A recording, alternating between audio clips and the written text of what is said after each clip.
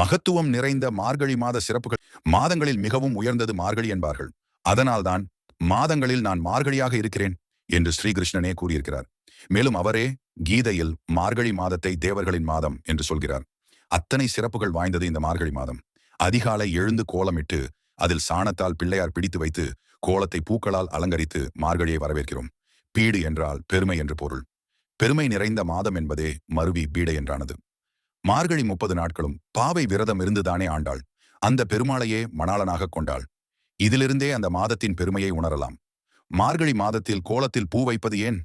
அக்காலத்தில் திருமண தரகர்களோ மாப்பிள்ளை பெண் தேவை என்பதற்காக வெளியிடப்படும் கல்யாண விளம்பரங்களோ கிடையாது.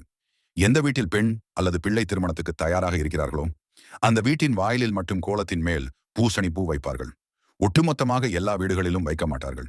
மார்கழி மாத அதிகாலையில் வீதி பஜனையில் வருபவர்களின் பார்வையில் இந்த பூக்கள் தென்படும். விவரத்தை புரிந்து கொள்வார்கள்.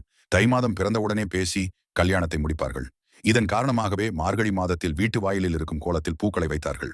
அதுபோலவே மார்கழி மாதத்தில் பல புராதன நிகழ்வுகளும் நடந்துள்ளன. மகாபாரத யுத்தம் மார்கழி மாதத்தில் நடைபெற்றதாக இதிகாசம் கூறுகிறது. திருப்பார்கடல் கடையப்பட்ட போது முதலில் விஷம் எழுந்ததும் சிவன் அதனை உண்டு உலக மக்கள் அனைவரையும் காப்பாற்றியதும் இதே மார்கழி மாதத்தில்தான்.